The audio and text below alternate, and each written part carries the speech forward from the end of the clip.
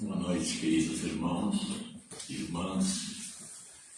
Que a paz de nosso Mestre Jesus recaia sobre todos nós, nesta noite fria de inverno, mas que aqui estamos aquecidos e guarnecidos sobre a proteção desses benfeitores espirituais que estão sempre aqui junto conosco. Sintam-se à vontade e hoje nós iremos conversar sobre a parte do Evangelho que nos fala sobre a afabilidade e a doçura. Afabilidade e doçura é saber tratar com as pessoas, é ter empatia, é gostar das pessoas. A pessoa afável e doce geralmente atrai as pessoas para junto de si. É o contrário da pessoa amarga e tóxica, né, que afasta as pessoas. A pessoa amarga, tóxica, é aquela que nunca está confiante, nunca está conforme com nada na vida. Tudo é ruim, ninguém presta, né? Para eles nada está bom. Isso aí é uma doença da alma. É preciso se conhecer. E as doenças da alma muitas vezes refletem no corpo físico. Geralmente essas pessoas muito amargas, pessoas tóxicas, contraem muitas doenças. Tem até uma palavra latina que diz mens sana in corpore sano. Quer dizer, corpo são precisa de uma mente sã. Mente é a nossa alma. Então, para ter um corpo são, nós precisamos ter a alma sã. E para ter uma alma sã, é preciso conhecer a nossa alma, conhecer o nosso interior. E é por isso que Sócrates disse, conhece-te a ti mesmo. Então, quando a gente não conhece a nós mesmos, a gente não conhece, acha-se que nós não somos tão ruins quanto parece. Mas no momento que a gente começa a entrar, a mergulhar dentro do nosso íntimo, nós vamos ver que nós não era tão bom quanto pensávamos.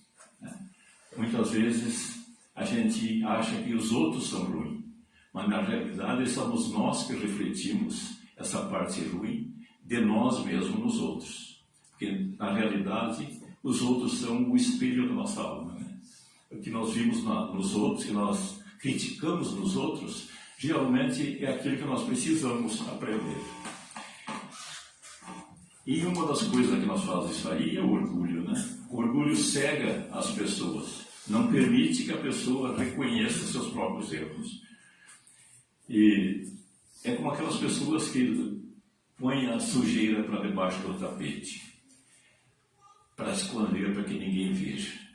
Mas um dia, essa sujeira vai ser tanta que ele vai ter que fazer uma limpeza desse tapete. E o que é limpar? Limpar é fazer uma reforma. A tão falada reforma íntima, que a gente chama pelo centro.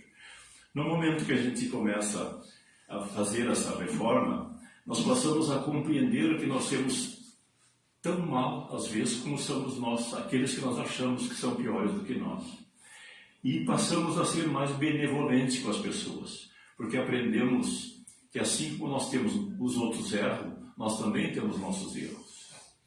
Então, nesse nosso capítulo do Evangelho, tem uma passagem do Espírito Lázaro que diz o seguinte: a benevolência com os semelhantes é fruto do amor ao próximo, produz a afabilidade e a doçura, que são as formas de sua manifestação. Entretanto, nem sempre se deve confiar nas aparências. A educação e a vivência no mundo podem dar um verniz dessas qualidades.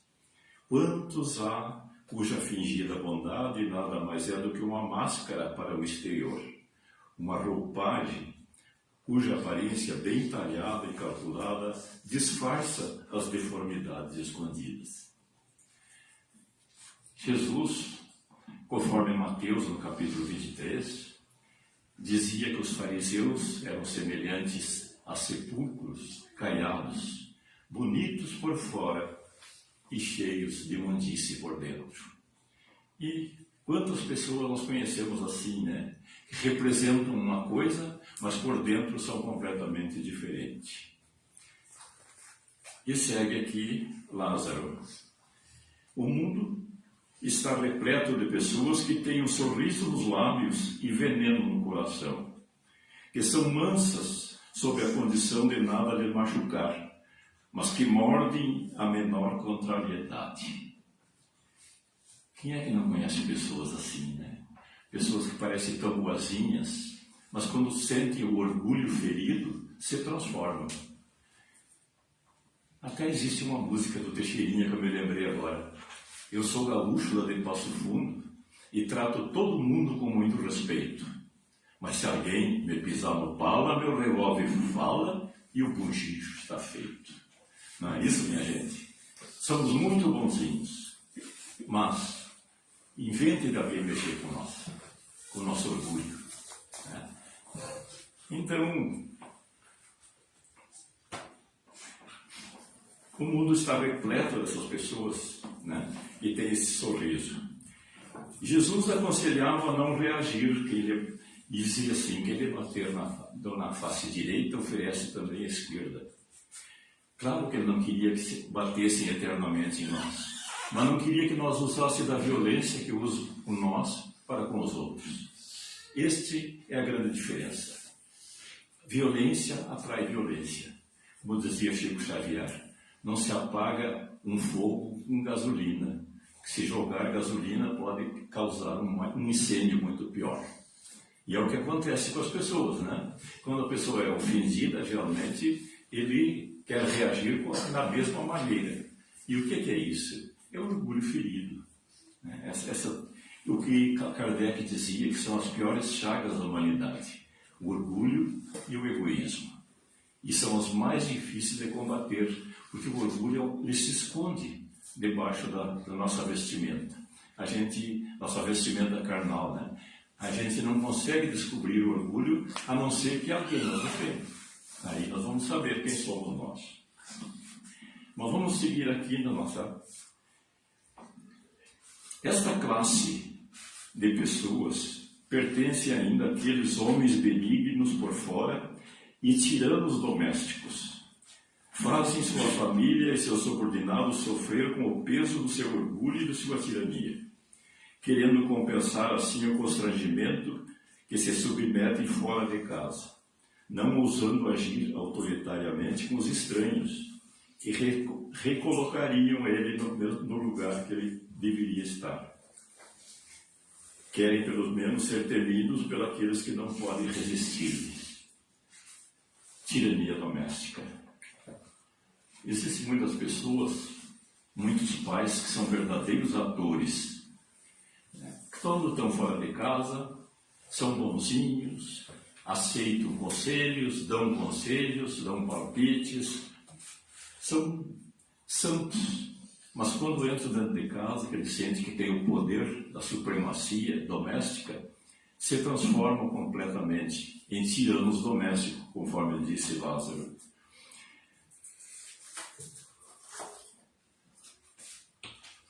Esses pais que muitas vezes contam seus problemas, seus erros, suas culpas para os amigos fora de casa, mas não têm coragem de abrir o coração dentro de casa, por medo que daí iam perder, né, a sua autoridade como pai ou como mãe.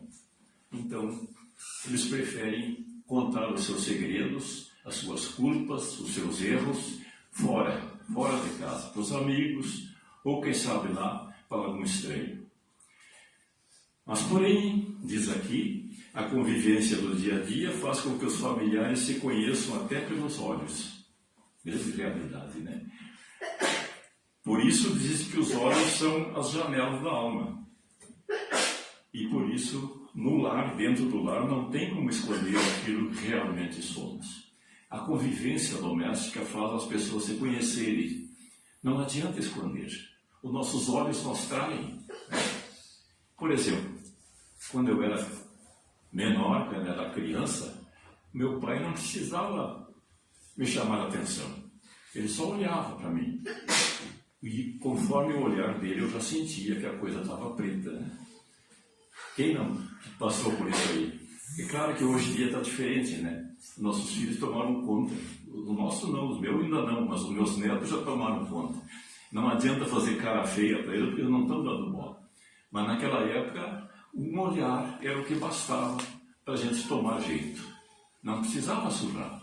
Não havia necessidade. Apesar que a gente apanhava também. Mas não, uma surrinha ou duas era o que bastava para a gente conhecer os olhos do pai e da mãe. E a confissão é uma coisa interessante, né? É uma terapia. Se a gente aprendesse a contar os erros que a gente sente, isso aí ia descarregar esse peso que a gente traz nas costas. E é por isso que existe, né, na psicologia as chamadas psicoterapias, né? Os analistas. A Igreja Católica, por exemplo, usa a confissão dos pecados, né? Antigamente eu achava que aquilo era uma grande bobagem, contar meus segredos para o padre. Mas na realidade, quem está com um peso muito grande nas costas, é uma boa. Sabe que aquilo descarrega, né? E recebe lá uma orientação, né? Aqui na Casa Espírita também nós temos o diálogo fraterno e o atendimento fraterno, que não é nada mais do que um trabalho terapêutico psicológico, que é complementado pelo passe pela água fluidificada, né? Vocês conhecem isso aí. E tudo é terapia. Existe também as terapias em grupo, né?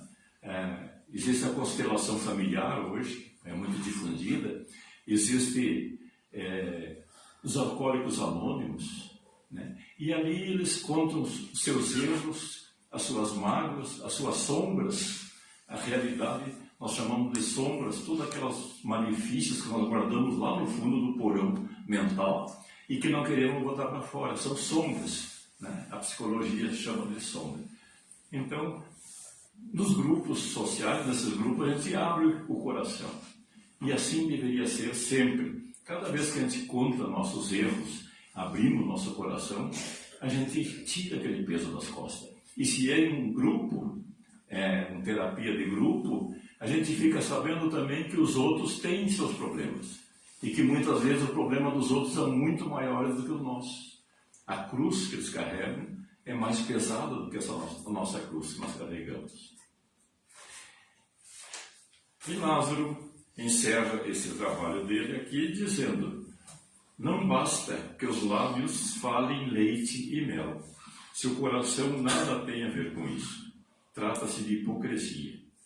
Aquele cuja afabilidade e doçura não são fingidas, nunca se contradiz. É o mesmo sempre, diante do mundo e na intimidade. Ele sabe, aliás, que pode enganar os homens pelas aparências, mas não pode enganar a Deus. Quando nós desencarnarmos, quando nós bater a caçuleta, quando nós bater as botas, passar lá para o outro lado, não vai dar para esconder nada. Porque lá nós somos só a mente. Não temos mais essa carcaça que escondemos todos os nossos segredinhos aqui dentro. Que nossos pensamentos vão nos trair. Tudo que nós pensamos aparece na nossa tela mental. Vocês já imaginaram? A gente chegar lá cheio de coisinha guardada que não contou para ninguém e todo mundo ficar sabendo. Aí vão dizer: por que tu não disse isso? Por que tu fez aquilo? Por que tu não fez aquilo? Aí eu vou pensar: não, mas eu não fiz por causa disso. Fez sim. Olha para a tua mente. Tu está dizendo uma coisa, mas a tua mente está dizendo outra. Não adianta esconder, minha gente. Não vale a pena esconder. Então, nós vamos nos preparar agora para fazer o passe espiritual.